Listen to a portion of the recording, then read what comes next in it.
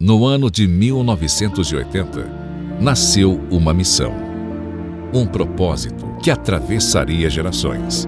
Os Gideões missionários da última hora surgiram com um objetivo claro: unir o Brasil para evangelizar o mundo, levar a mensagem de Jesus Cristo, salvar vidas e levar esperança a lugares esquecidos pela humanidade. Ao longo dos anos, esse trabalho tem alcançado regiões extremas, lugares de difícil acesso, onde muitas vezes só se chega a pé por rios, trilhas ou caminhos na selva. São comunidades no sertão, aldeias, tribos indígenas e regiões isoladas, onde o evangelho ainda precisa chegar. Em muitos projetos, os Gideões constroem igrejas e também escolas, porque acreditam que o futuro começa na infância. Crianças que antes não tinham acesso ao ensino, hoje aprendem a ler, a escrever e, principalmente, a conhecer o caminho da verdade. Projetos que existem há anos e que já transformaram não apenas crianças, mas famílias inteiras. Hoje, mais de 1000 famílias missionárias estão espalhadas pelo mundo e sendo mantidas pelos fiéis contribuintes dos Gideões para levar a palavra de Deus adiante. Homens e mulheres que deixaram tudo para viver um chamado. Eles enfrentam distâncias, desafios e dificuldades, mas continuam avançando, porque sabem que cada vida alcançada vale a pena. E mesmo com esse grande exército missionário, ainda há muito a ser feito. O mundo é vasto e todos os dias vidas estão sendo perdidas sem conhecer a verdade. Por isso, missões exigem urgência. Jesus nos deixou uma missão: levar o evangelho a toda criatura. E esse chamado não é apenas para alguns, é para todos nós. Hoje, os Gideões continuam unindo o Brasil para alcançar o mundo. Esta obra está no coração de Deus e você está sendo chamado a fazer parte dela. Vamos unir nossas forças, vamos avançar, porque no fim não há nada maior nesta vida do que cumprir a vontade de Deus. Missões exigem urgência e missões se fazem agora ou nunca mais. Gideões missionários da última hora, unindo o Brasil para evangelizar o mundo.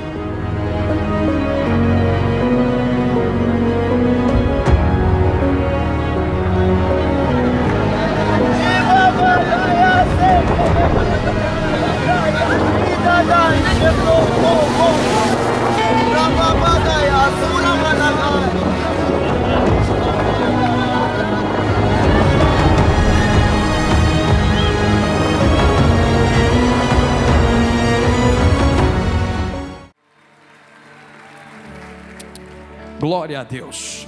Eu cumprimento a todos com a paz do Senhor Jesus.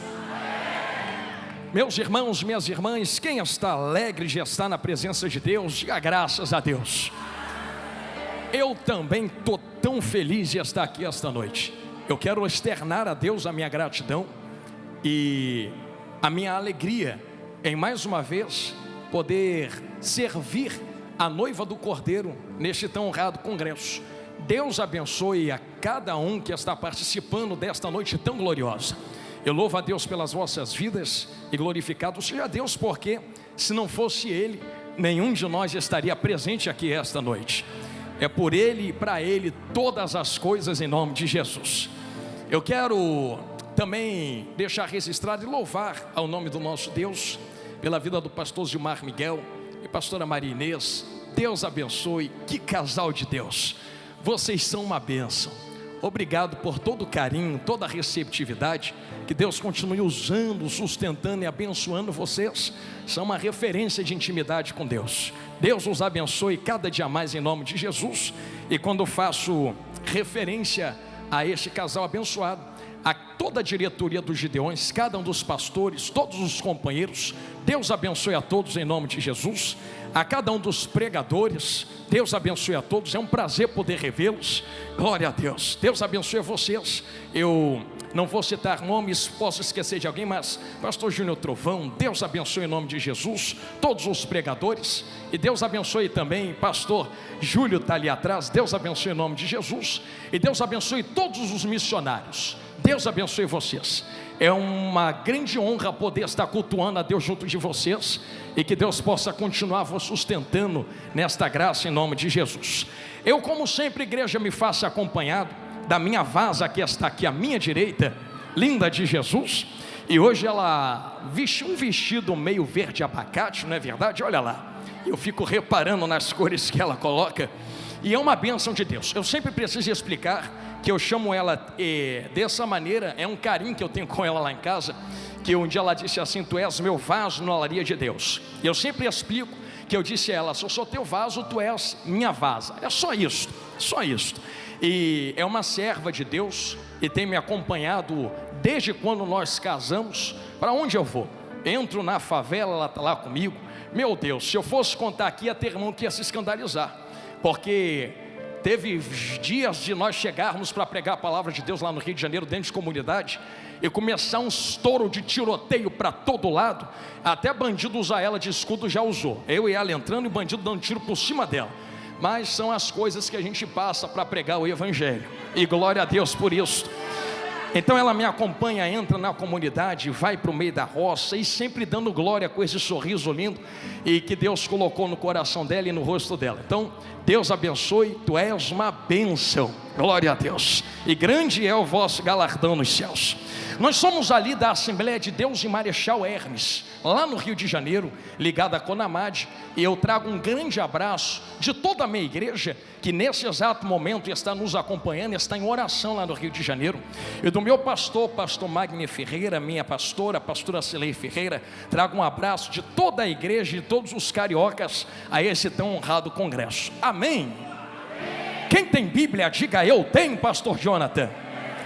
Saca a tua espada então, em nome de Jesus, e localiza comigo o Evangelho de Lucas, capítulo de número 12. Evangelho de Cristo segundo escreveu Lucas, capítulo de número 12. Aleluia, Deus é bom e a sua misericórdia dura para sempre.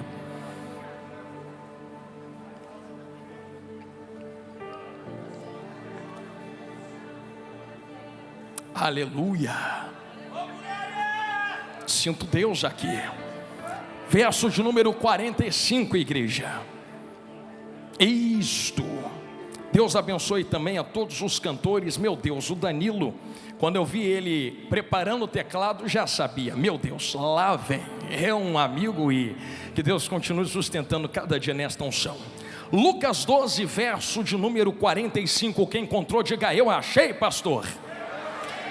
Assim está escrito na palavra do nosso Deus. Mas se aquele servo disser em seu coração: o meu senhor tarda em vir, e começar a espancar os criados e criadas, e a comer e a beber e a embriagar-se, verá o senhor daquele servo no dia em que não espera, e numa hora que ele não sabe, e separá-lo-á, ele dará a sua parte com os infiéis. E o servo que soube a vontade do seu senhor e não se aprontou, nem fez conforme a sua vontade, será castigado com muitos açoites. Mas o que não soube e fez coisas dignas de açoites, com poucos açoites será castigado. E a qualquer que for muito dado, muito também lhe será cobrado. Ao que muito se lhe confiou, muito mais se lhe pedirá. Amém, igreja? Tome seu assento em nome de Jesus. Aleluia. Isto. Se acomode nos seus lugares e me encara bem dentro dos meus olhos.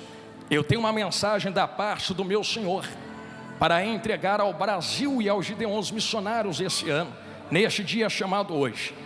Estava eu em conferência com o nosso mestre, em oração, pedindo há meses atrás a direção daquilo que deveria lhes entregar.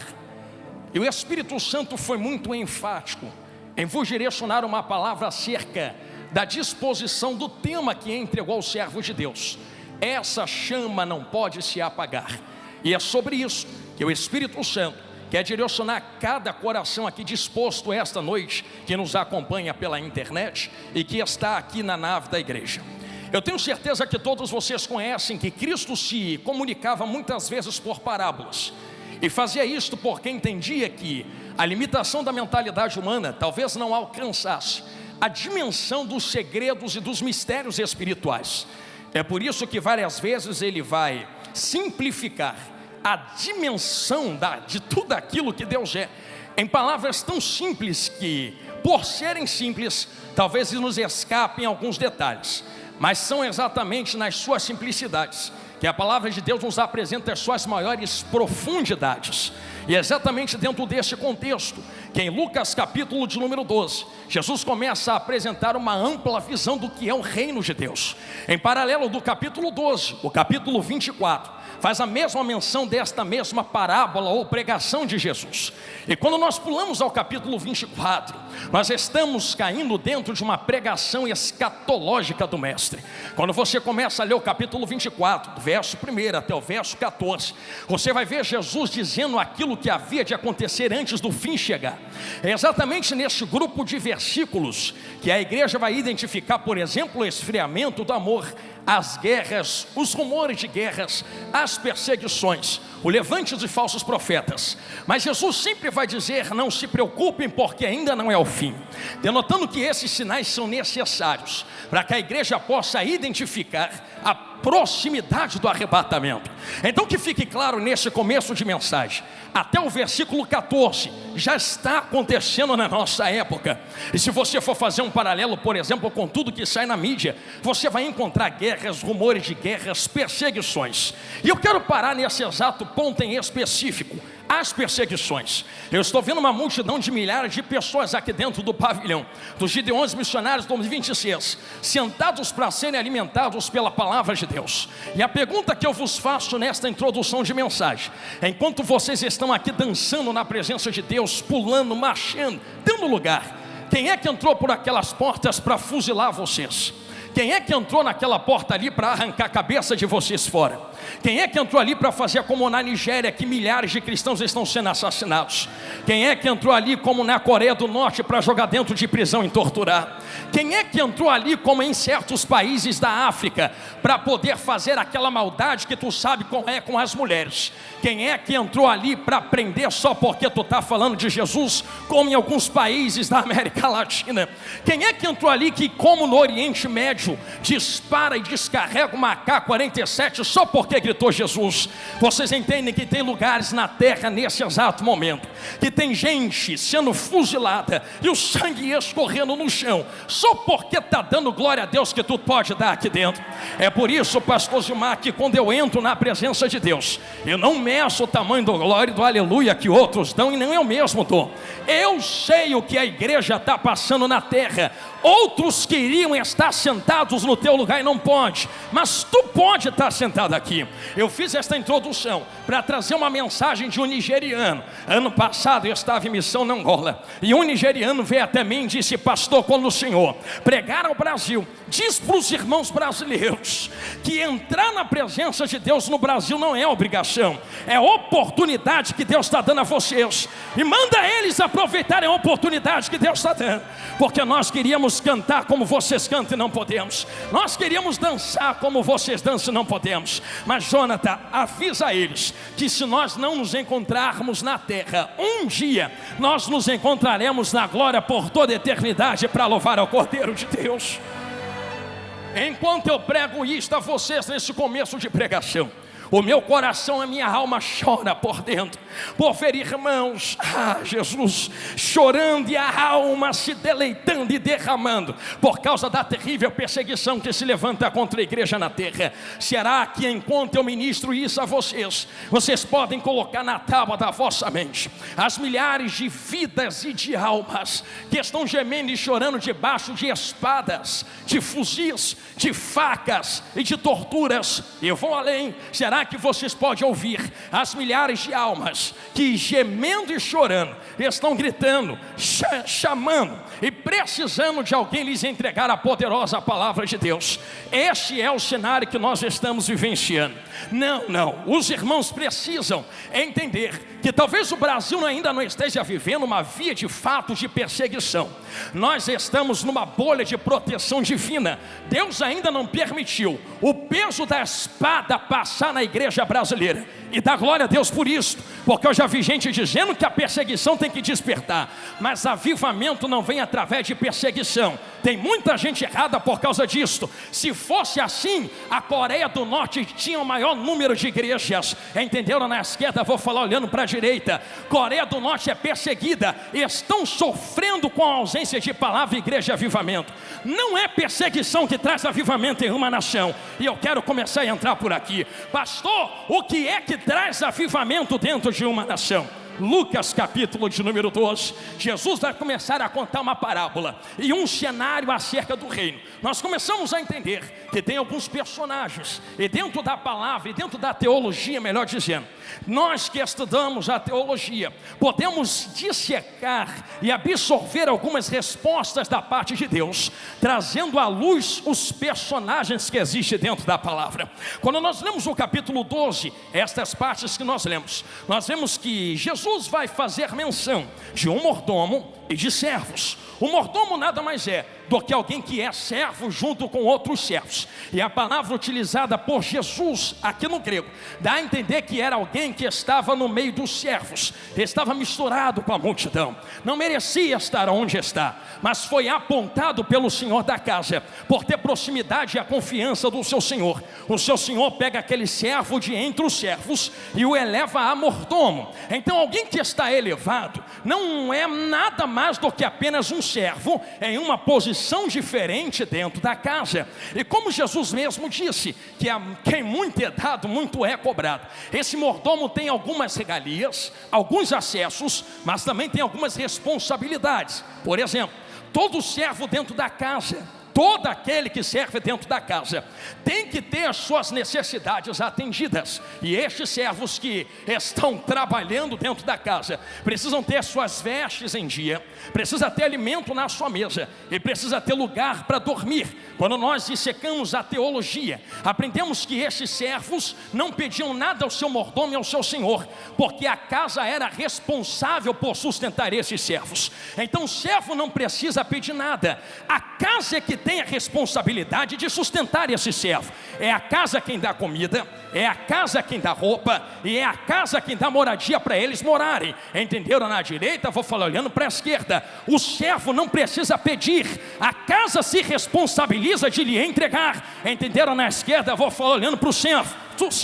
O servo que é servo não precisa pedir, a casa tem o dever de se responsabilizar pela estrutura do servo. O servo não pede, porque a casa dá comida, a casa da moradia e a casa da roupagem. Agora olha que engraçado, que do meio desses servos, ele escolhe um como mordomo. Esse mordomo ainda é servo, então mordomo também não pede, porque o mordomo também é sustentado, mordomo também tem comida, mordomo também tem moradia. Só que o mordomo tem acesso a outras coisas que os servos não têm. Ele tem alguma autoridade sobre servos, e ele direciona servos dentro desta casa. Logo começamos a entender a visão que Jesus está querendo construir dentro desta parábola. Jesus apresenta duas distinções de mordomo. Ele vai começar falando no verso 42 acerca do mordomo fiel e bom. Esse mordomo fiel e bom é aquele que entende a sua missão. E qual é a sua missão? É entender que ele deve entregar comida dentro da casa, ração dentro da casa, entregar algo dentro da casa. E é muito categórico esta palavra utilizada no original, porque a palavra é porção determinada. Então quem recebe da mão do mordomo não recebe nem a mais e nem a menos, não recebe faltando e não recebe sobejando. Estou falando de comida, estou falando de palavra. Por isso este mordomo não precisa se preocupar, porque já tem porção determinada para entregar aos seus servos. Parênteses aberto àquilo que Deus ardeu no meu coração. Amo cada um dos irmãos, mas assim está escrito na palavra de Deus: certo dia quando Jesus entregava esta palavra, ele determina dentro desse entendimento que é necessário que esse mordomo bom alimente os servos que estão na casa, sem pedir nada mais, sem pedir nada menos. Ele continua no verso 43: bem-aventurado aquele servo a quem o Senhor, quando vier, achar fazendo assim. Em verdade vos digo que sobre todos os seus bens o porá. Jesus dá uma volta de 180 graus e começa a falar de um servo infiel, no verso de número 45: mas se aquele servo disser em seu coração, o meu senhor tarda em vir, e começar a espancar os criados e criadas, e a comer e a beber e embriagar-se, virá o senhor daquele servo no dia em que ele menos espera, e numa hora que ele não imagina, e vai pegar aquele servo de surpresa. Aqui existem algumas lições que Jesus passa dentro da parábola. Ele começa apresentando o fato de haver fartura dentro da casa, porque logo no verso seguinte é quando nós lemos no 45: aquele servo infiel come, ele bebe, embriaga-se, ele farta-se, e não há problema em ter fartura dentro da casa. O problema é a fartura cegar o entendimento missionário daqueles que estão entregando a comida. Repito, o problema não é haver fartura dentro da casa, o problema é a fartura cegar o entendimento do propósito missionário daqueles que entregam a comida. A obra geme enquanto este servo não apresenta aquilo que lhe foi dado a apresentar. Você não vê em nenhum momento da mensagem, ou da palavra, melhor dizendo, que enquanto o servo não entrega aquilo que lhe foi determinado, o Senhor não se apresenta. Esse Senhor tem data, hora, dia determinado para se apresentar. Nisto aqui é um perigo terrível, porque pelo Senhor não se apresentar enquanto a missão não é cumprida, cai-se no perigo de achar que Ele não liga, que Ele não está nem aí, e que Ele não se importa com a sua casa. Porém, há uma medida diante de cada um, e cada um, disse Jesus, será julgado diante daquilo que apresenta ao seu Senhor. Por isto, nós entendemos que Ele não se interessa pelo sofrimento dos servos dentro da casa. Age como se a casa fosse dele. Enquanto age como se a casa fosse dele, há um engano estabelecido no seu coração. E aqui existe um porém muito grande: o engano estabelecido no coração desse mordomo é um plano terrível que o condena à condenação eterna. Ele diz em seu coração: o meu Senhor não vai voltar agora, eu tenho um tempo de me consertar, eu tenho um tempo de falar o que Ele mandou falar, eu tenho um tempo de entregar o que Ele mandou entregar, eu tenho um tempo de fazer o que Ele mandou fazer. Só que ninguém sabe o dia e nem a hora. Vai que Ele volta enquanto eu estou pregando para vocês aqui esta noite. Se ninguém sabe o dia e nem a hora, Jesus, eu estou correndo desta palavra, mas vou precisar falar. Se ninguém sabe o dia e nem a hora, começamos a entender que existe alguém responsável por comida dentro da casa. Parênteses aberto. Eu me lembro de um dia, Esaú chegando do campo assim desse jeito, cansado da guerra, cansado da batalha. Jacó disse: irmãozão, senta aqui, porque aqui tem comida. Dá aqui a lentilha que eu preparei para você comer. Come, só que tem um preço. Você quer comer o que eu estou fazendo? Eu quero, eu estou com fome. Tem misericórdia de mim, não me deixa morrer sem comida. Tem que entregar a sua primogenitura. Vai ter comida se tiver a tua primogenitura de volta. Esaú fala no seu coração: para que me serve a primogenitura se eu vou morrer? Quer saber? Leva a primogenitura e me dá lentilha. Diz o texto, vai doer, mas vai curar. Te amo. Que quando Jacó vai oferecer lentilha, ele coloca a lentilha e puxa pão e entrega o pão. Meu Deus, por que não deu o pão antes? Por que está dando depois o pão de já ter negociado a lentilha? Entende que Jacó preparou o guisado, Jacó preparou a lentilha, mas o texto não diz que foi ele quem preparou o pão. Se não fui eu quem preparei o pão, eu não tenho direito de negociar o pão. Eu vou repetir isso aqui: se eu preparei lentilha, negocia a lentilha, bota preço na lentilha, bota preço no que tu prepara. Pão não fui eu quem preparei, porque não fui eu quem fui para a cruz, não fui eu quem desci na terra, não fui eu quem me entreguei para salvar a humanidade. Lentilha tem preço, pão não tem preço. Lentilha tem valor, pão não tem preço. Lentilha tem negócio, pão não tem negócio. De graça eu recebi, de graça eu estou dando. Só sai com fome quem quiser sair com fome.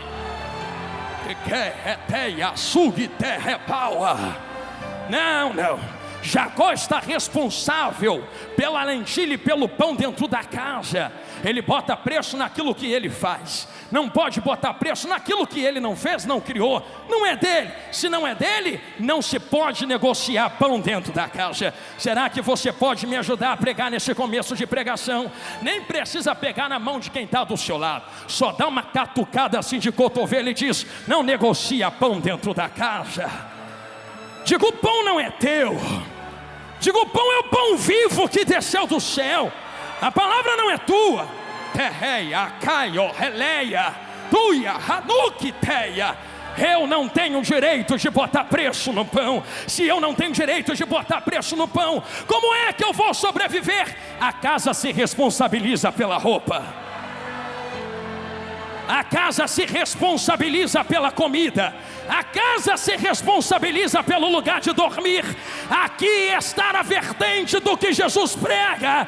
Eu não posso botar preço, porque a casa se responsabiliza de me sustentar até o arrebatamento. Pastor, tu está falando isso aí porque dentro desta parábola. Porque dentro desta parábola identificamos uma coisa terrível que acontece. Este servo fala em seu coração: ele não vai voltar agora não. Já foi no tempo do meu avô que ele não voltou, do meu pai que ele não voltou. Ele vai chegar agora. Quero começar a pregar agora.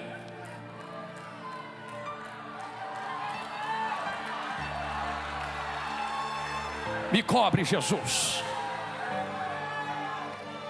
O maior perigo de quem está dentro da casa é perder o foco do motivo de estarmos aqui reunidos. Porque o servo infiel mantém foco em coisas terrenas. É comida, é bebida, é satisfação de desejos próprios. Só que o servo fiel entende: eu tenho uma missão, e a minha missão é alimentar quem tem fome. A minha missão é sustentar quem está trabalhando na casa. A minha missão é sustentar quem tem projeto de Deus na vida.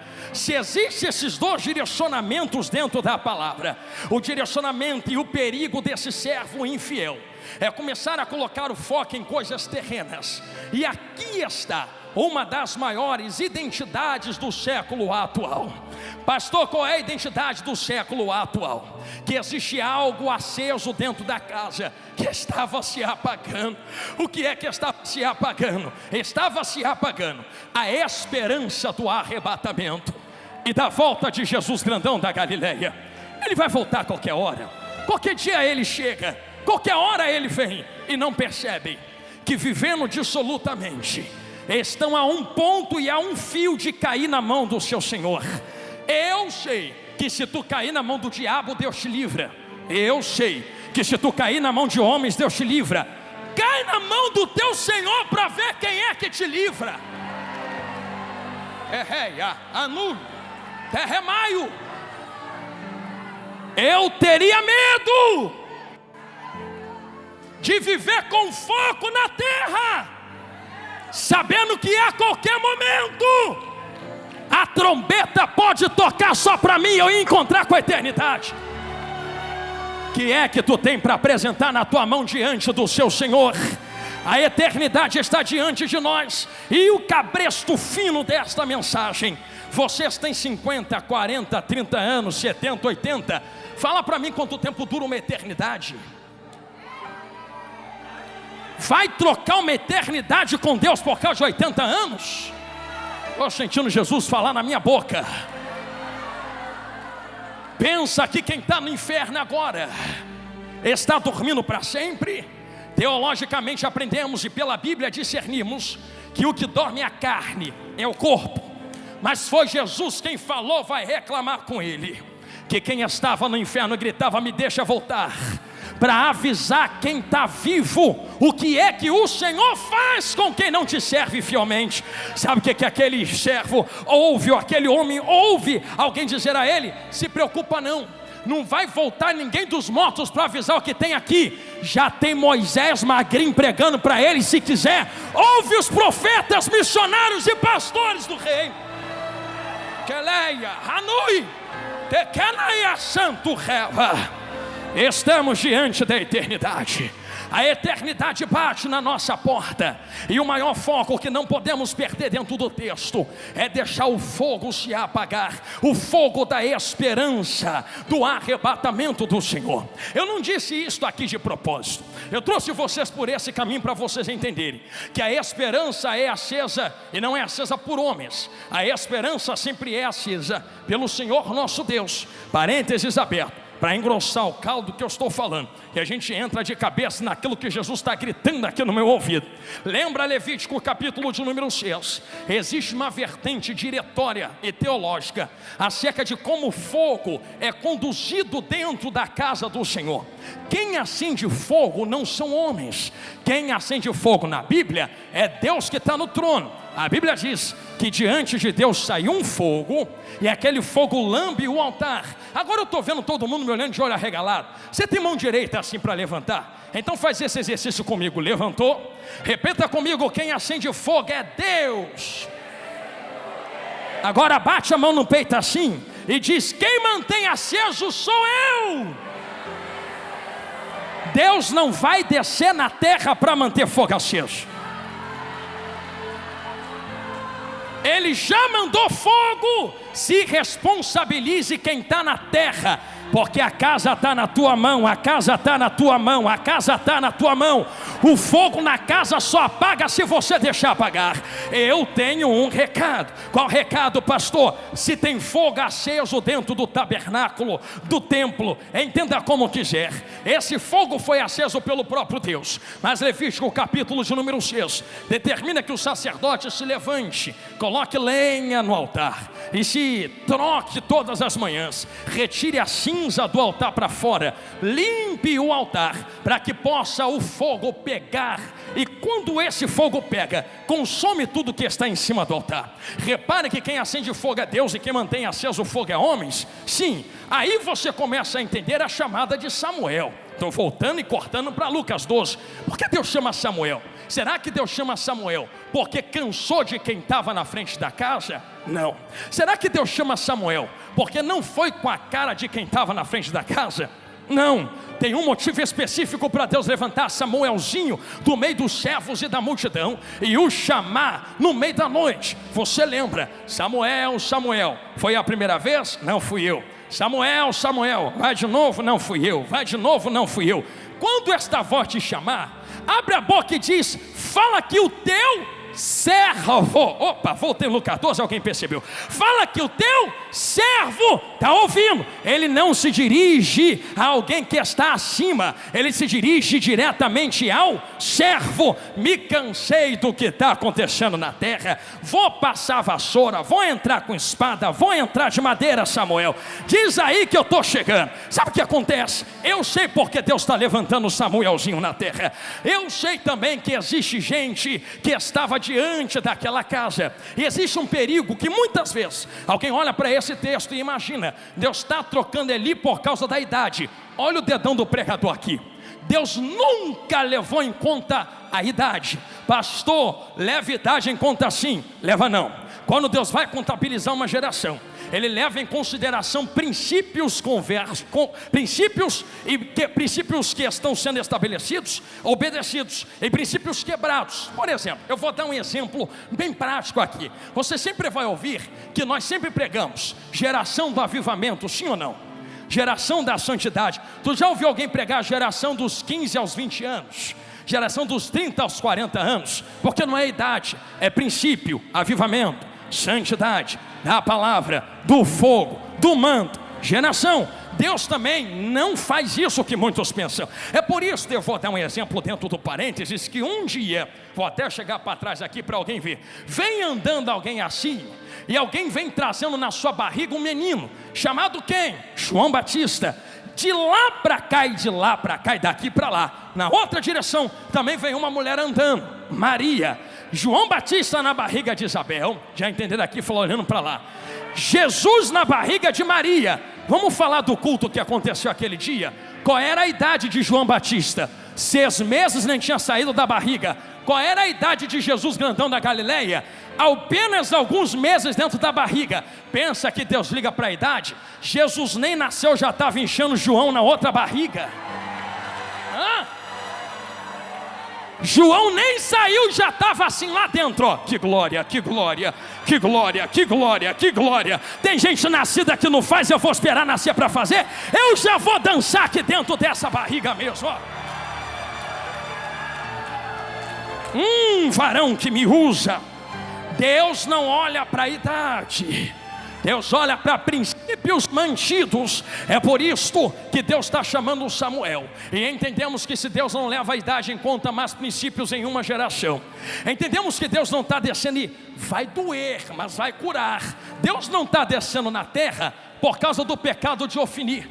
Tu não vê a palavra dizendo e Ofni pecou e Deus veio. Já entenderam aqui? Tu é de EBD, hein? Tu não vê escrito na Bíblia e Finéias pecou e Deus veio. Mas peraí, pastor, era adultério, era roubo da oferta de Deus, era fornicação na porta do templo. E Deus não veio. Deus não desce em pecado alheio, porque só se apresenta onde é invocado. Você acha que quem está pecando está invocando Deus? Mas, porém, contudo, todavia, entretanto, antes que a lâmpada se apagasse. Vou engatar a segunda agora. Deus desce na terra e fala: não, agora já é demais. Eu não venho no teu pecado. Quiser pecar, peca. Quiser adulterar, adultera. Quiser roubar, rouba. Mas não toca no fogo, não toca no fogo, não toca no fogo, não toca no fogo. O fogo não pode se apagar. O fogo não pode se apagar. É porque não toca no fogo. Porque quem acendeu fogo não é quem está na terra. Quem acendeu fogo é quem está sentado no... Ele se responsabiliza pelo fogo que acende na terra. E se tiver que trocar uma geração inteira para manter o fogo aceso, Ele vai trocar uma geração inteira, mas o fogo não vai se apagar. Não vai, não vai. Pastor, por que não pode se apagar? Vem comigo para dentro da Bíblia. Não se apaga, porque esse fogo tem nome, tem presença. Eu sei que nós identificamos fogo como Espírito Santo, mas dentro da Bíblia Espírito Santo é óleo, é azeite. Fogo é a glória de Deus. E você vai ver vários exemplos disso dentro da Bíblia, mas não vou enfadar os irmãos. Entende-se que o candelabro estava aceso porque tem azeite dentro. Se tem óleo, sustenta fogo em cima. Quando você vê Atos capítulo 2, você entende que houve um vento que entra, como o som de um vento impetuoso. Quando o Espírito entra, o óleo desce. O Espírito Santo representado pelo óleo no candelabro, somente depois é que tu vê línguas repartidas como de fogo. Então se não tem óleo, não tem fogo. Se não tem óleo, não tem fogo. Se não tem Espírito Santo, não adianta nada. Pode falar bonito, pode cantar bonito, pode fazer o que for. Se não tem o Espírito Santo, se não tem o óleo, não vai ter fogo. Fogo é sustentado por óleo. Glória é sustentada pela presença do Espírito Santo de Deus. Se tu entende isso em Atos capítulo 2, comece a compreender que o fogo que foi aceso, porque tinha óleo presente dentro daquela casa. Se tem óleo, tem fogo, pastor? Sim. Então peraí, o fogo que desce está os capacitando. Correto, você acertou de novo, porque foi Jesus mesmo quem abriu a boca para dizer: eu sei que vocês missionários, pastores, crentes, gideonitas, crentes do Brasil, todos que estão na internet, querem ser minhas testemunhas em Jerusalém, em Samaria, confins da terra. Tu quer sair para ganhar gente no teu trabalho, na tua rua, na tua escola, só que vocês não vão sair para ganhar lá, enquanto não acender e receber fogo dentro da casa. Percebam que Deus faz uma conexão de ganhar almas com fogo aceso. Se o fogo está aceso, vai ter almas. Se o fogo apaga, não tem almas. A chama missionária pode ser convertida à chama do Espírito Santo e da glória de Deus. Não se ganha almas, e me permita dizer isto de maneira escancarada, com estratégias humanas, elas ajudam, mas o que ganha e mantém uma alma firme na presença de Deus é o óleo, fogo e pão. Óleo, fogo e pão. Óleo, fogo e pão. Será que o Gideões pode repetir isto nesse começo de mensagem comigo? Diga: óleo, fogo e pão. Nenhuma dessas coisas são minhas, mas temos a responsabilidade de cuidar do óleo, do fogo e do pão. O fogo não pode apagar, o óleo não pode faltar, e o pão não pode ser negociado. Se tem óleo, se tem fogo, se tem pão, tem chama missionária. Se tem chama missionária, tem alma, tem o reino, tem o Brasil inteiro nos pés de Jesus. Você pode confirmar isto comigo dizendo glória a Deus?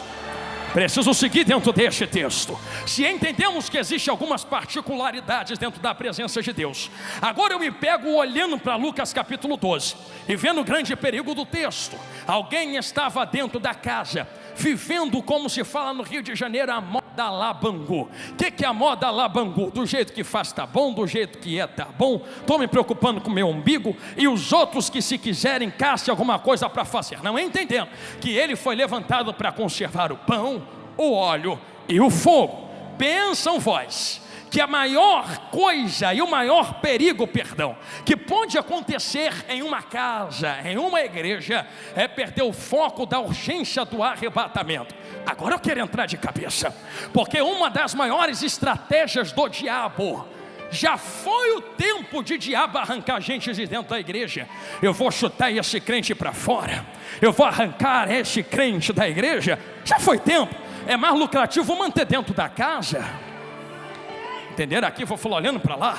É muito melhor manter dentro da casa. É mesmo, pastor? Sim.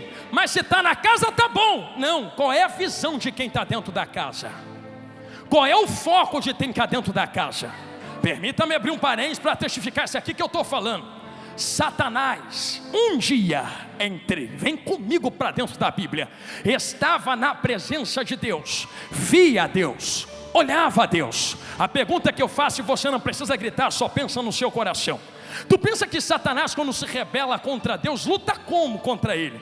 Pensa que Satanás puxa espada assim? Olha para o pastor: vem comigo, Deus, que hoje é na força. Se Satanás puxasse a espada diante de Deus, Deus ia olhar para ele e falar assim: é na espada que tu quer? Vamos ver quem tem mais poder. Acabou, venci.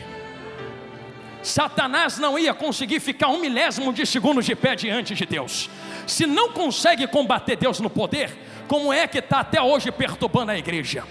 Porque Satanás nunca tentou descredibilizar Deus através de poder, mas através de caráter. Satanás, eu vou falar de novo, Satanás tentou tocar no caráter de Deus.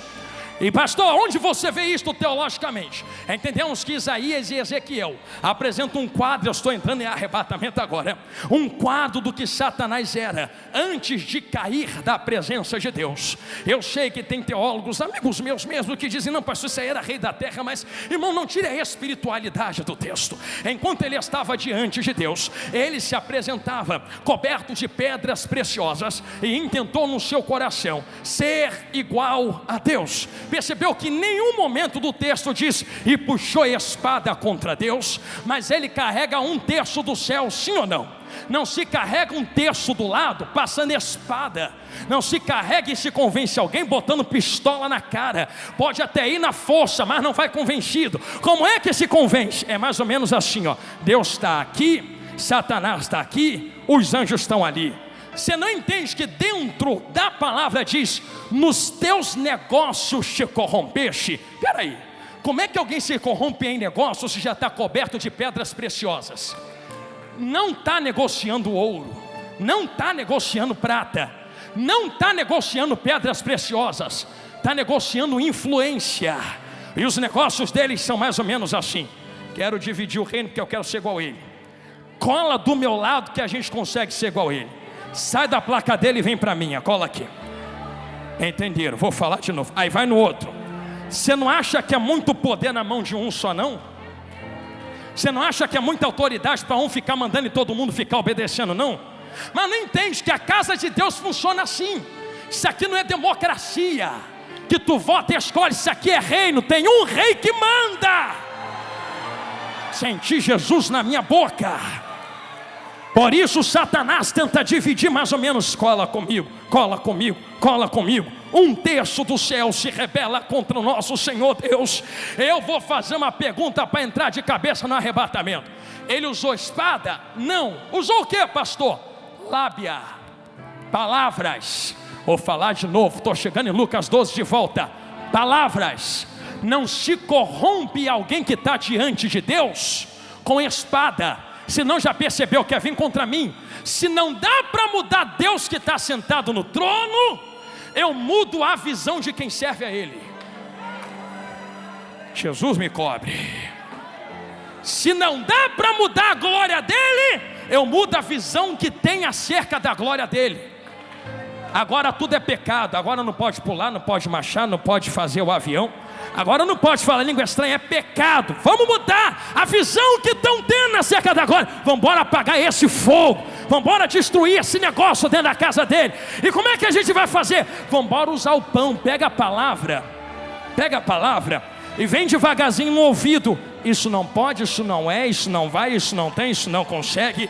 Enquanto estão usando a palavra para mudar o foco, anjos caem da presença de Deus por atenderem a lábia de Satanás. Perceba como a estratégia é a mesma. Satanás foi expulso, sim ou não? Lembra que estava no jardim do Éden? Como é que ele tenta Eva? Tenta com espada ou com palavras? Certamente não morrerás. Só que é engraçado, ele pega a palavra que Deus libera. Eu vou falar de novo. Ele pega a palavra que Deus libera e ele começa a conversa assim. O que Deus falou? Deus falou que não pode comer, porque se comer morre. Morre não. Então até começa com uma verdade. Até começa introduzindo algo do evangelho. Mas quando você entra na vertente do pão, você vê que nunca teve nada de evangelho. Nunca teve nada de verdade. Chegou o tempo do Espírito de Deus despertar a igreja brasileira contra falsas mensagens que parece que são, mas não são. Parece que tem, mas não tem. Parece que é, mas não é. Até te faz chorar, não é? Mas a palavra não tem que te fazer chorar. Tem que te fazer sair da igreja pensando na tua vida e se consertar com Deus. Santo réu. Se não fizer frescor na minha alma e não me fizer feliz, não é Deus falando. É Deus falando sim. É Deus dizendo: se converte, larga o teu pecado, larga o teu erro.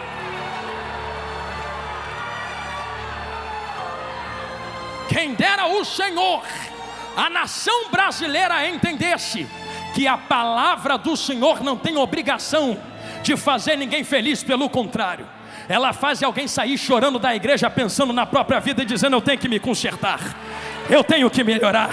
Só que estamos diante de um tempo aonde um dos principais sinais do arrebatamento se apresenta. Em Mateus 24, na pregação escatológica maravilhosa do meu mestre, ele diz que se levantariam falsos profetas. Já sei, pastor, falso profeta é quem vem de chifre dentro da igreja. Não, vem vestido como profeta, parece profeta, diz que é profeta, anda como profeta, fala como profeta, mas ao invés de pregar a verdade, passa a mão na cabeça de quem precisa se consertar com Deus. Eu vim trazer uma palavra no Gideões 2026. Eu ainda creio em uma geração que vai entrar dentro da palavra, levantando a bandeira do evangelho e dizendo: se for para bater, me bate, eu só não quero é perder a minha salvação. Se tu levantou a mão, levanta ela gostosa em nome de Jesus assim. Eu sinto Deus falar na minha boca.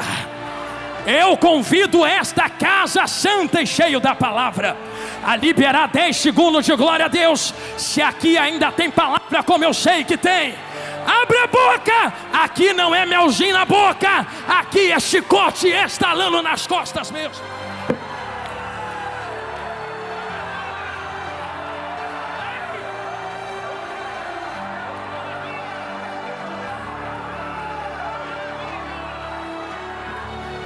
Não vou amolecer a palavra, não vou vender o pão. O que não teve de gente falando: cuidado, rapaz, cuidado, homem. Só que não precisa ter raiva de mim. Eu sou só o servo, eu sou só o mordomo. Se quiser reclamar com alguém, pode vir falar comigo, pode vir. Ele diz assim: Jonathan, vem cá no canto. Eu não gostei do gosto da comida, eu não gostei do pão, não gostei da palavra, não tem problema. Como não fui eu que fiz, esta madrugada ainda, eu vou procurar quem fez em oração. Eu peço Ele para te procurar aonde você estiver, para Ele botar o dedo na tua cara e falar: por que não comeu o pão que eu botei diante de ti para tu comer? Só morre de fome se quiser morrer de fome. Mas eis aqui diante de vós o pão vivo que desceu do céu, que é a palavra de Deus.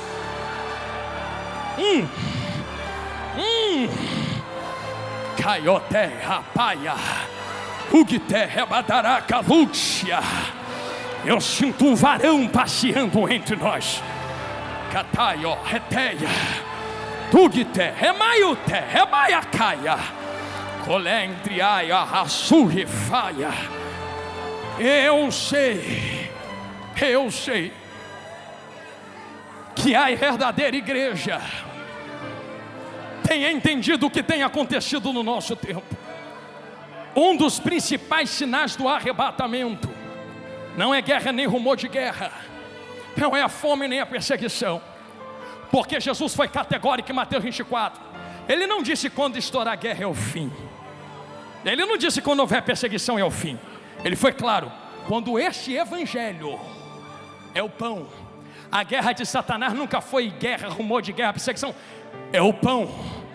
Ele está tentando mudar a visão da igreja concernente ao pão. Só que o pão alimenta. E se esse pão ainda é vivo, pensa que a estratégia do diabo mudou? É a mesma que derrubou anjo, é a mesma que derrubou Adão e Eva. Hoje a estratégia é essa. Eu sei que eu vou falar algo aqui que dói mais cura. Ele chegou em anjos, e a ideologia de Satanás para os anjos é: Deus é muito forte para mandar em tu, tu merece carregar o que Ele tem, tu pode, tu vai, tu consegue, tu é o cara, vai no teu eu, vai na tua força. A ideologia do eu derrubou anjos. Chega até Eve: não morrerás, tu serás como Deus. É tu, é sobre tu, é tu que é o cara, é tu que é a mulher, tu é a cocada. Pensa que mudou no dia de hoje? Pregações que dizem tu. Não, é você. Tá, você é legal, é bonzinho, é serva. Mas e Cristo? E o pão? Não é sobre mim, não é sobre mordomos e servos, é sobre o pão vivo alimentando gente dentro da casa. Eu deixo uma orientação à igreja brasileira: rejeitem qualquer manjar ou refeição aonde o pão vivo não seja o centro da mensagem. Rejeitem na cara dura. Se não estiver falando de Cristo, pega a mala e sai, pega a Bíblia e vai embora, vai para onde está falando de Jesus. Não perca a tua alma por ausência de pão dentro desta casa. Entrequeia, ratu, remaia, sando rera. Não morre de fome, não morre de fome, não morre de fome. Vai morrer de fome perto de uma padaria celestial aberta diante de ti? Rejeitem palavras que vêm em vozes mansas, mas não pregam a verdade. Um dia alguém disse para mim: tu grita muito. Eu disse: mas eu grito a verdade. Você gosta de ouvir mentira em voz mansa? Não é melhor gritar uma verdade? Ouve um grito falando que tu precisa de Jesus, senão tu vai para o inferno. É melhor do que uma massagem no teu coração dizendo tu. É muito tu que vai descer de tobogã para o inferno, mas poucos fiéis que vão subir no toque da última trombeta. Tamaiui, calúcia, terreia, caioteia. Só tem um jeito de nós entendermos e discernirmos quem é que vai rejeitar e quem é que vai atender o verdadeiro pão. Como é que nós discernimos, pastor? O fogo não pode apagar. Parênteses aberto, pulo dentro de Lucas 12 de cabeça de novo. A única maneira de testar e discernir se algo vem da parte de Deus é se esse algo resiste ao fogo de Deus. E sabendo que o fogo de Deus provém pela glória de Deus, Começamos a entender algo que João fala. Quem ainda me ouve, diga glória a Deus. Então vai comendo Bíblia. O que João fala, pastor Jonathan Carlos? Ele diz assim: eu vos batizo com água.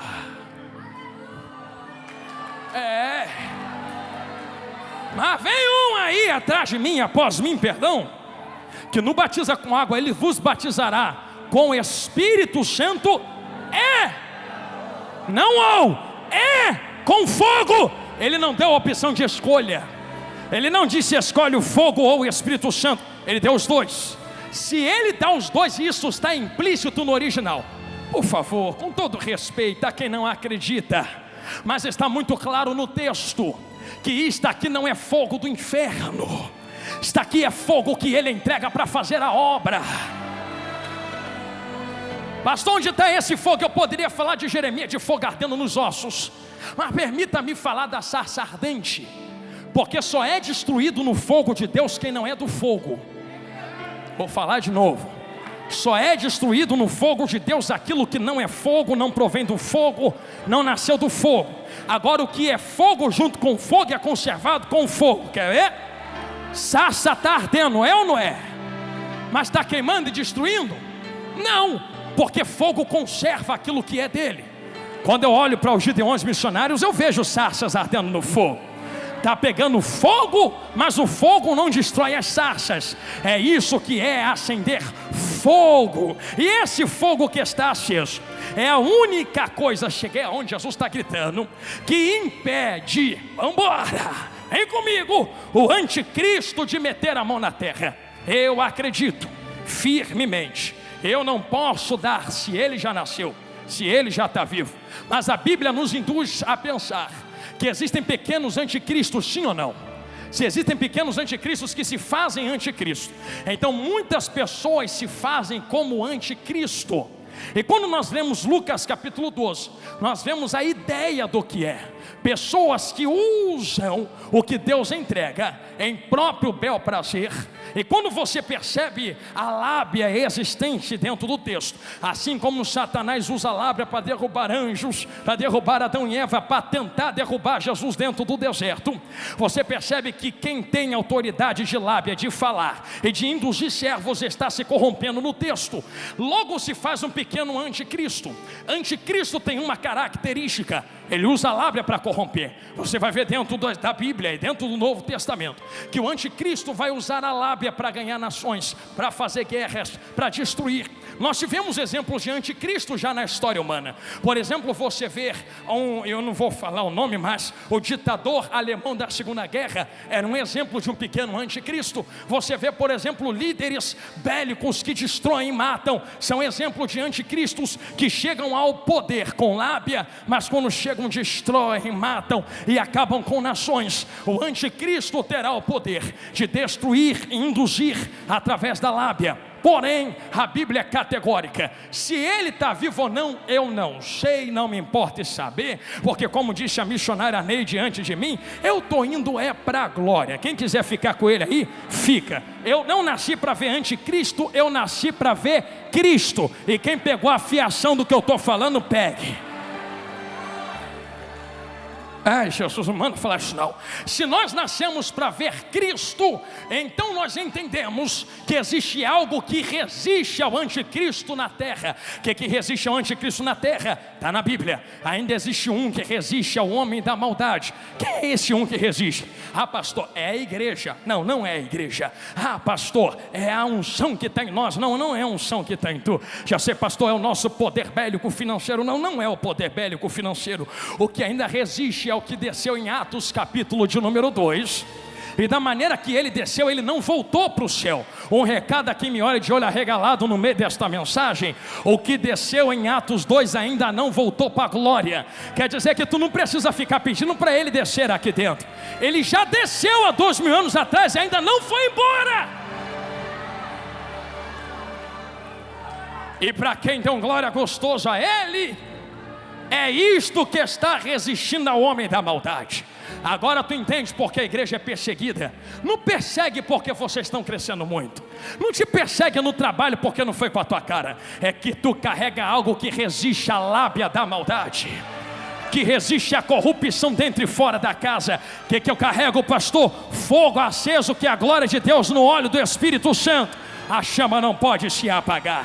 Se a chama se apagar, ele vai ganhar terreno. Está proibido dele ganhar terreno. E é com pesar que eu digo isto. Em muitas igrejas, em muitas reuniões, ele já tem ganhado terreno, porque o fogo se apagou.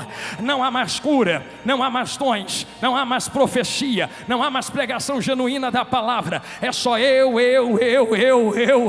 para a terra, e nunca eu para a glória, preparando-se para encontrar com Cristo. Mas como eu estou pregando para um povo que o fogo ainda está aceso, eu lhes dou um recado esta noite. Todo fogo que Deus acende na terra, assim como o tema dos Gideões este ano, o fogo não pode se apagar. Então vamos, todo fogo aceso na terra tem em si responsabilidade em quem carrega. Eu comecei pregando que vocês têm a responsabilidade de manter esse fogo aceso, e isso é verídico. Somos nós quem alimentamos o fogo, somos nós que mantemos a chama missionária acesa, somos nós que levamos a glória de Deus para dentro da floresta, somos nós que levamos a palavra para dentro dos desertos, somos nós quem atravessamos os continentes para declarar a bandeira do Evangelho e a glorificação do nome de Deus aos povos. Somos nós que carregamos a palavra de Deus. Se somos nós que carregamos e nós que levamos esse fogo aceso nos nossos corações, não tem como fazer o que Deus mandou se o fogo se apagar.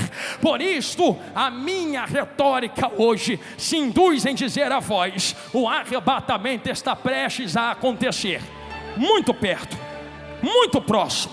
E eu termino do meio para o final desta mensagem dizendo que o tempo que vocês estão vivendo e o tempo que este mordomo infiel não conseguia perceber é um tempo muito próximo do toque da última trombeta. Eu não quero ser enfadonho aos irmãos em teologia, mas preciso dizer isso.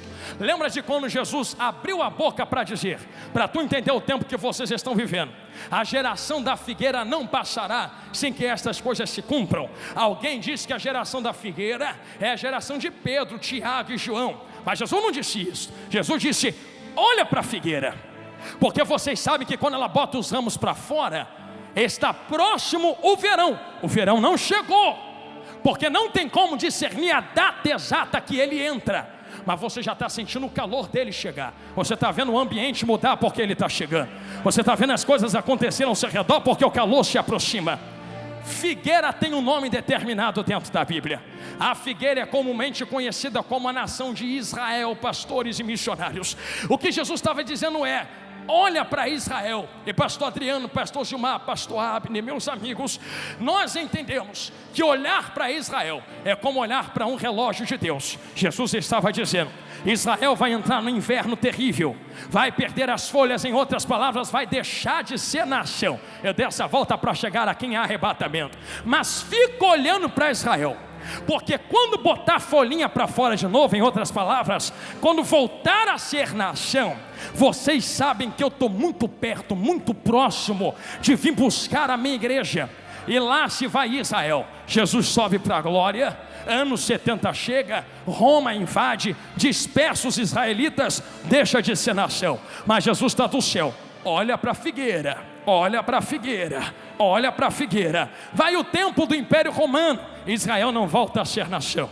Vai o tempo do Império Bizantino, Israel não volta a ser nação. Vai o tempo do Impérios Árabes e Mamelucos, Israel não volta a ser nação. Os cruzados entram na terra, Israel não volta a ser nação. De repente os islâmicos otomanos entram, Israel não volta a ser nação. Império Britânico entra, Israel ainda não era nação. Até que em 1948, resumindo muito, se senta nas Nações Unidas um grupo de homens, e a retórica era: esse povo sofreu muito. Oswaldo Aranha, liderando, brasileiro, é por isso que eu gosto do Brasil, liderando a conferência, disse: vamos determinar a questão dos judeus. Eles estão voltando para aquela terra. O que é que vamos fazer? Divide a terra e dá um pedaço para eles e deixa outro povo no outro pedaço. Eu não sei se tu gosta, ama ou não Israel, também não estou nem aí. Eu sei o que a palavra diz. A palavra diz: quando Israel voltar a ser nação, sabe que a geração desta figueira não passará.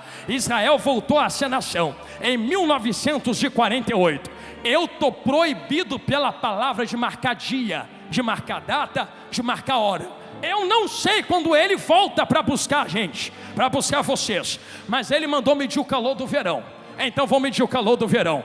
Uma geração que não passará. 1948 a geração começa. Pastor, meu avô já morreu, minha mãe já morreu, todo mundo já morreu, Jesus não voltou. Mas geração não dura 10 anos dentro da Bíblia. Gostei do sorriso dela. Geração não dura a tua vida dentro da Bíblia. Eu poderia dar vários exemplos, mas um exemplo muito prático, teológico, a geração de Abraão é de entre 100 e 120 anos. Israel de 1948 a 2026 tem mais ou menos 80 anos. Eu acho que de 80 para 100, 120 está bem perto, não é verdade? Vocês estão sentindo o calor do verão. Vocês estão sentindo o calor do verão. Não há mais tempo para negociar pão dentro da casa. Estamos muito perto do toque da última trombeta. Prega que Jesus vai voltar e que a igreja vai subir.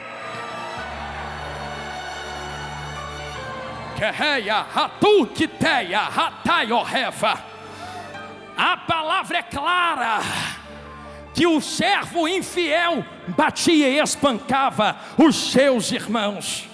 Só que, com carinho, a casa não é lugar para indireta. A casa é lugar de tratar assuntos do reino. E existe uma diferença muito grande entre desabafo e denúncia, entre palavra e ataque. Isso aqui não é ataque, isso aqui é a urgência do arrebatamento que está batendo na porta da igreja, dizendo: desperta, porque Jesus está voltando. E como a gente se prepara para a volta de Jesus? O fogo não pode apagar, o fogo não pode apagar, o fogo não pode apagar, o fogo não pode apagar, o fogo não pode apagar. Ele não vem buscar uma igreja apagada, Ele vem buscar uma igreja acesa. Eu fecho a minha Bíblia terminando esta palavra, fazendo uma comparativa do que pode acontecer se a chama se apagar. Um dia Paulo está sentado à beira da fogueira desse jeito assim. O fogo começa a apagar, apagar, apagar, apagar, apagar. Alguém levanta e fala: o fogo está apagando, ninguém vai fazer nada nisso aqui não. Ninguém vai levantar, chegou todo mundo comigo, não vai levantar para catar graveto? Então é o seguinte: se ninguém mais quer, eu quero. Deus não precisa de uma multidão, Deus precisa de um. Entender aqui, recebe quem quer, fala olhando para lá. Deus não precisa que a maioria esteja de acordo, Deus precisa de um louco que se levanta para catar graveto no meio desse mistério.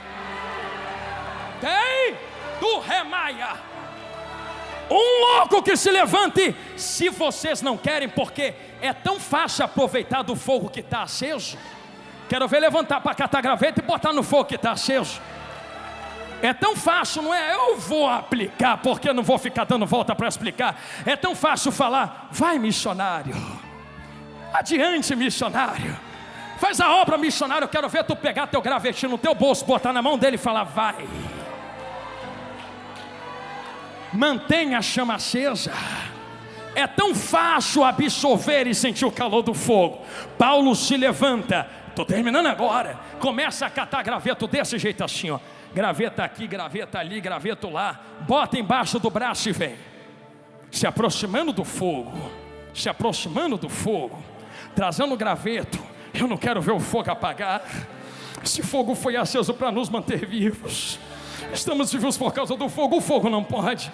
Se você não quer, me deixa eu catar os gravetinhos. Se você não vai, me deixa aí, não me impede. Eu só estou tentando manter o fogo aceso para nós 2, para nós 3, para nós 10, para nós 50, para nós 1000. De repente os gravetos começam a vibrar.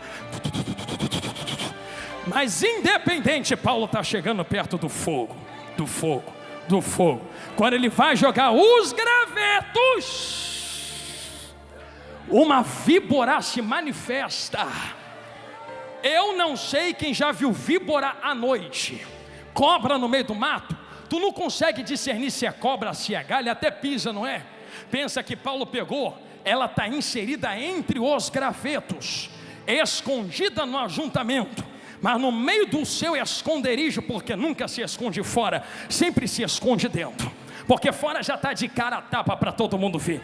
Se camufla dentro, se esconde dentro, se pinta dentro, se veste de como quem é dentro. coloca a terno e gravata dentro, bota a saia no pé dentro, carrega a Bíblia dentro, se maqueia dentro, até canta dentro, até prega dentro, está camuflado dentro. E detalhe, enquanto não tiver fogo, vai ter gente camuflada no meio dos gravetos. Se não tiver fogo, vai ter gente igual 007 lá no meio espiando, escondida. Eu sei que graveta aguenta folha, aguenta fogo. Quero ver víbora aguentar calor do fogo. Ih, alguém vai dar glória lá no meio. Quer ver? Jesus, me segura, que vontade de pular. Na hora que ele joga os gravetos, a víbora sai do esconderijo. Não! Agarra a mão dele. Um recado a todos os missionários, pastores, companheiros de altar, pregadores, ministros, pastores do evangelho. Deus não impede a víbora de nos morder, porque aonde há fogo, pastora Marinês, a manifestação de víboras, e o veneno entra, dói. Mas Deus nunca disse que ia impedir mordida de quem é falso. Deus só disse que não ia deixar você morrer. O veneno entra, ele pega aquilo que estava escondido, que é falso, e aqui não, cobra, vai no fogo, balança no meio do fogo, a cobra solta. Alguém vê o veneno entrar e diz: já vi isso antes, vai morrer. Vou pegar o banquinho e sentar, não dou um mês. Não era para ter falado isso, não era para ter cantado isso, não era para ter pregado isso, não era para ter botado fogo na seara. Vai morrer. Um mês, não morreu. 2 meses, ainda está vivo. 3 meses, ainda respira. 5 meses, ainda prega.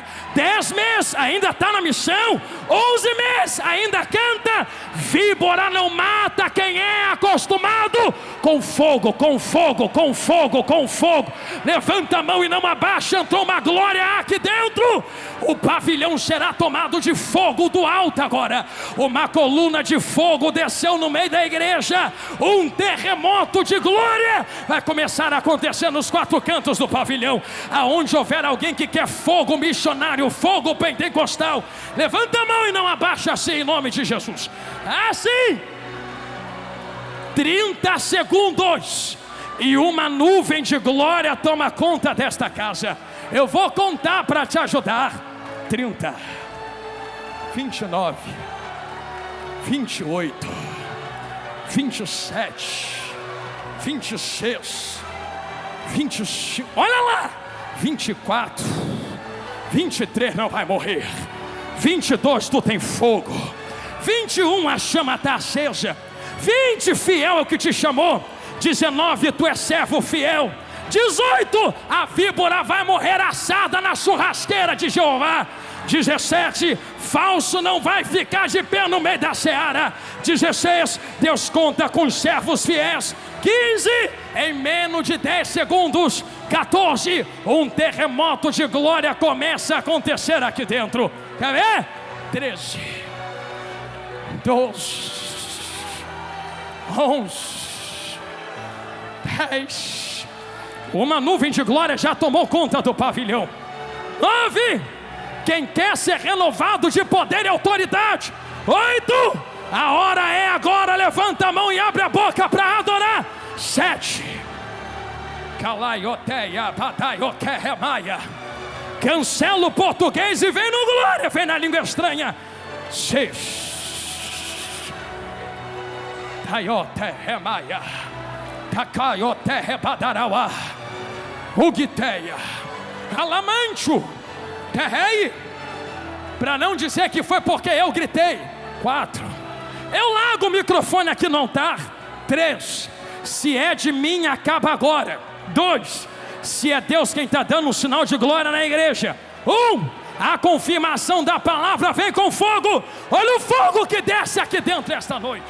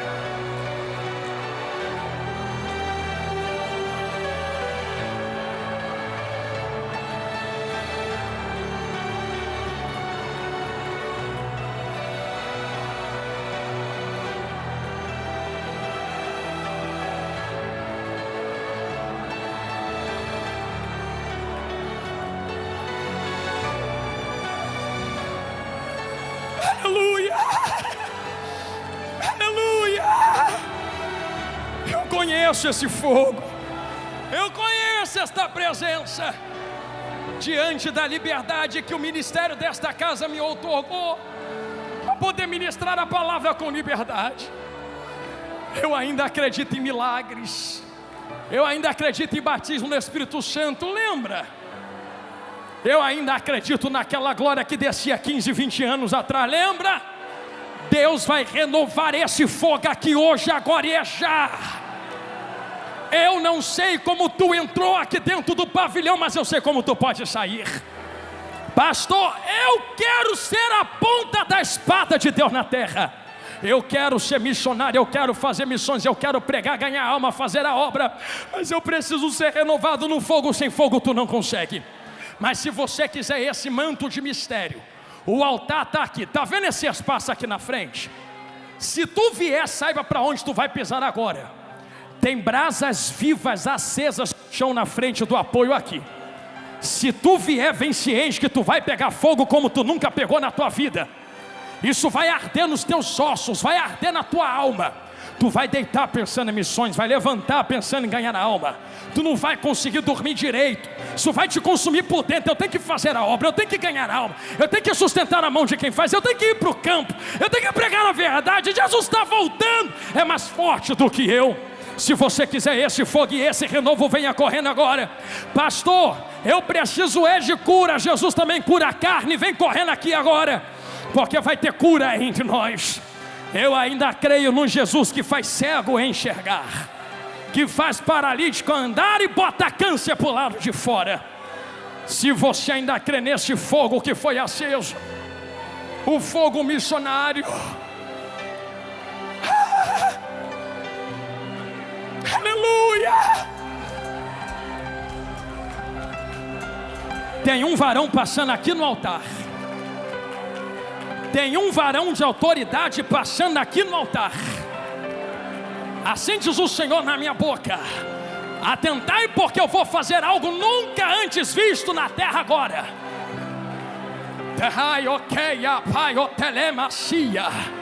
Tem um rolo desenrolado e tem manto de mistério descendo na cabeça de crente. Se prepara para tu viver o que tu nunca viveu, para tu receber o que tu nunca recebeu. No meio desta multidão quero conhecer se há alguém para Cristo. E na live também, se houver alguém para Cristo, diz que quer voltar para Jesus ou aceitar Jesus agora, que a mídia vai começar a me informar para eu poder falar a voz aqui e testificar diante da igreja. Mas eu vejo irmãos e irmãs com lágrimas nos olhos. Uma coisa que eu vi no texto é que a Bíblia acusou o mordomo infiel, mas não tocou nos servos. Ah, servozinho de Jeová, eu sei que tem gente brincando com a obra de Deus, mas não olha para os mordomos infiéis, não olha para o Senhor da casa que está voltando. Ele está chegando, Ele está voltando. Se houver alguém a Cristo, levante as mãos que eu quero te ver e me dá um aceno que eu quero orar. Tem alguém a Cristo que quer aceitar Jesus ou voltar para Jesus hoje? Eu quero te conhecer. Tem uma alma ali, pastor Gilmar, tem outra ali, tem duas. Aonde, pastor Adriano? A terceira vida, a quarta está aqui também, são 4 vidas agora. Cola com ela aí, minha irmã. A quinta vida está ali, a sexta e a sétima estão lá, estão me apontando, 7 agora. A 8ª vida, onde está? Eu quero lhe conhecer. Tem 8ª vida de mão levantada ali atrás, fazendo assim. Deus te abençoe, filho de Deus. A 8ª vida está ali. Aonde está a 9ª vida? Cristo, eu quero passar o olho. Aonde meus irmãos estão me apontando, a 9ª vida está fazendo assim. A 9ª vida está ali, a 10ª está aqui, a 11ª, a 12ª, a 13ª está ali. Eu vou falar rasgado algo que Jesus falou no meu coração agora. A 14ª, a 15ª, já são 15 vidas para Jesus. Eu acho que Gideões ainda está comigo, não está? 15 vidas para Jesus aqui agora.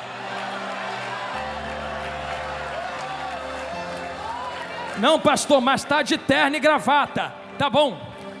Pega a tua gravata e apresenta para Jesus na porta do céu, vê se entra. Tem que levantar a mão para Ele dentro da casa. Será que há uma 16ª vida? Eu quero lhe conhecer, preciso orar. Há uma 16ª, a 16ª está aqui à minha direita. A 17ª vida onde está? 17ª vida no corredor da igreja está ali, 17 vidas agora. A mídia, por bondade, se puder me informar se há alguém na internet. 18ª vida, onde tu estás? Eu quero lhe conhecer. Aonde, servo de Deus? A 18ª vida está ali chorando. Olha que coisa linda, Jesus. Fica abraçado com ele, meu irmão.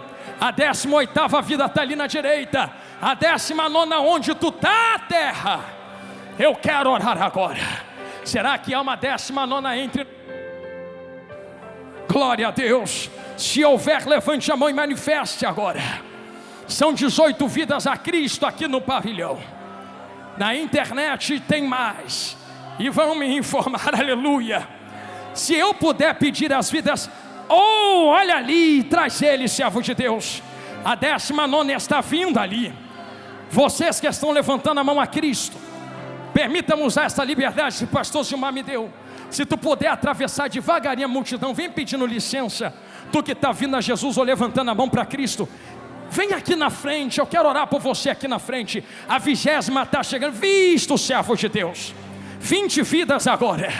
Vem correndo. Pastor, levantar a mão não adianta. Ah não? Sai do lugar do Espírito Santo agora. Quem tem que saber se adianta ou não é Ele. Não, pastor, mas já está de terno e gravata. Quem conhece o coração do homem é o Espírito Santo. Não ouse tomar o lugar do Espírito Santo agora. É Ele quem decide quem vem e quem não vem. Já tem 20 vidas aqui no altar. Se a mídia puder me informar quantos na internet, fique as 20 vidas aqui na frente agora. Mais 2 aqui, isto. Então são 22, as irmãs estão me apontando, 22 vidas agora. 23 vidas agora. Aleluia. Eu quero pedir à igreja que estende as mãos para toda esta multidão. Nós vamos orar por estas 23 vidas que estão retornando à casa. E depois eu quero orar por todos estes que vieram ao altar. 24ª vida aqui agora. Aleluia. 24 vidas agora. Meu Deus do céu. Eu tenho uma notícia para dar a vocês que a mídia está me informando. Estava em 422, agora tem 475 vidas para Jesus na internet.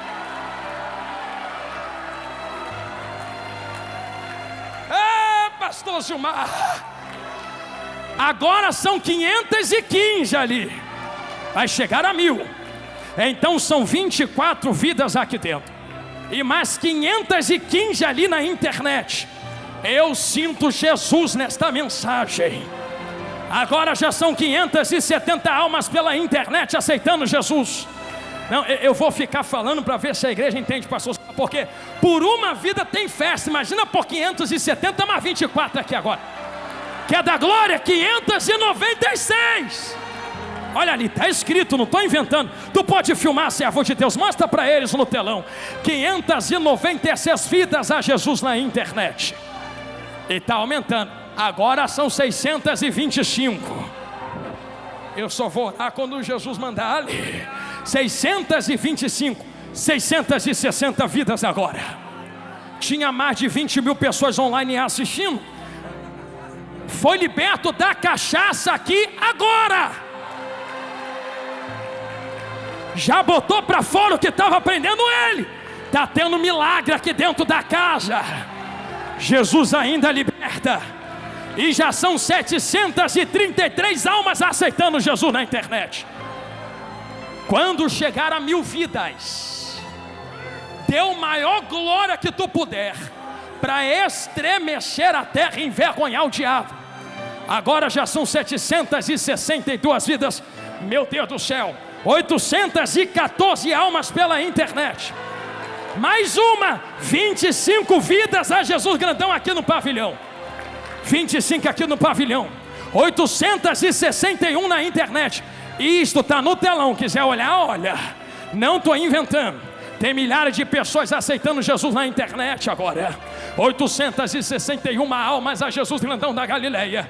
E mais 25 aqui dentro do pavilhão do dia de 11 missionários 2026. Eu vou começar a orar agora. Por 1000. Agora são 949, meu amigo pastor Gilmar Miguel. Com 1000 a gente começa a orar. 982.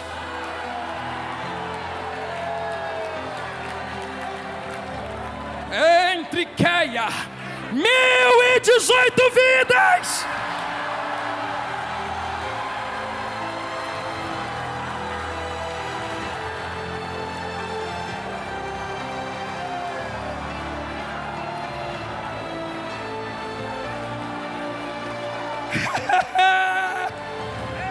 É por isso que eu orei a Ti, Senhor.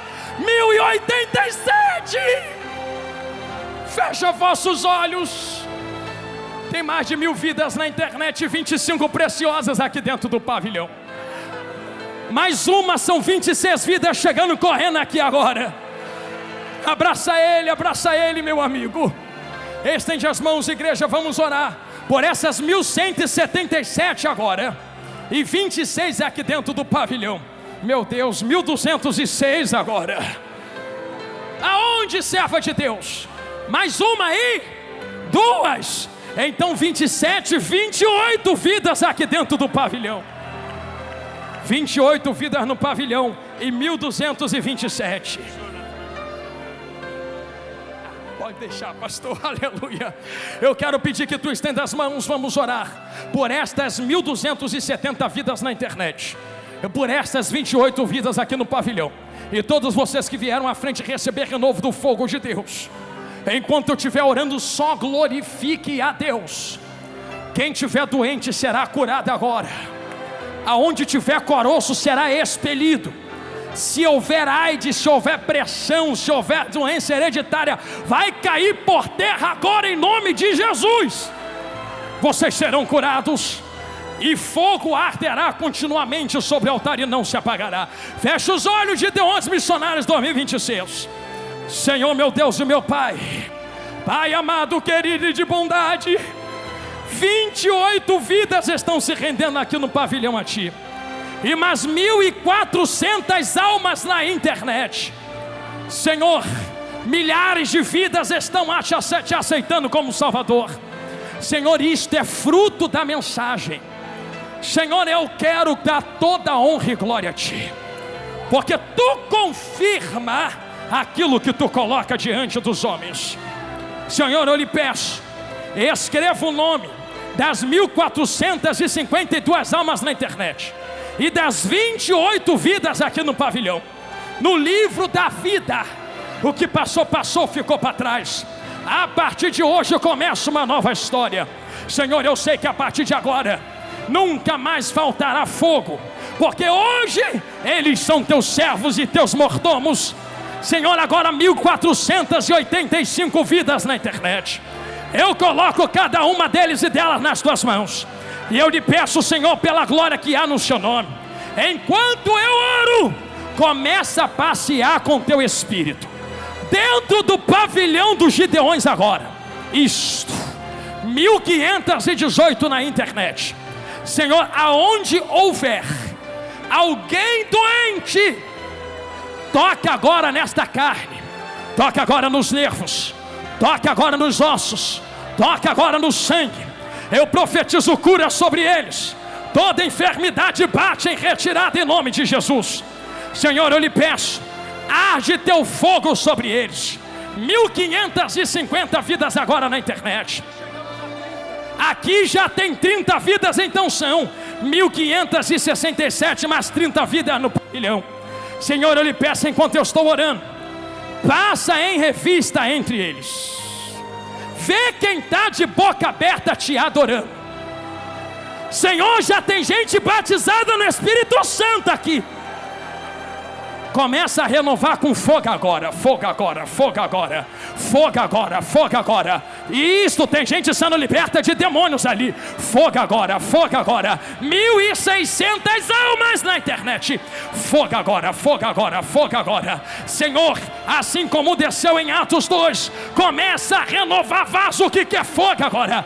Da unção que está sobre a minha cabeça, transborda sobre eles e enche, enche, enche, enche, enche, enche, enche, enche, enche, enche, enche mais, enche mais, enche mais, enche mais. 1637 vidas, enche mais, enche mais, enche mais, enche mais, enche mais, enche mais, enche mais, enche mais, enche mais, enche mais, enche, Senhor. Eu coloco cada vida nas tuas mãos, com a certeza da vitória, em nome de Jesus, amém.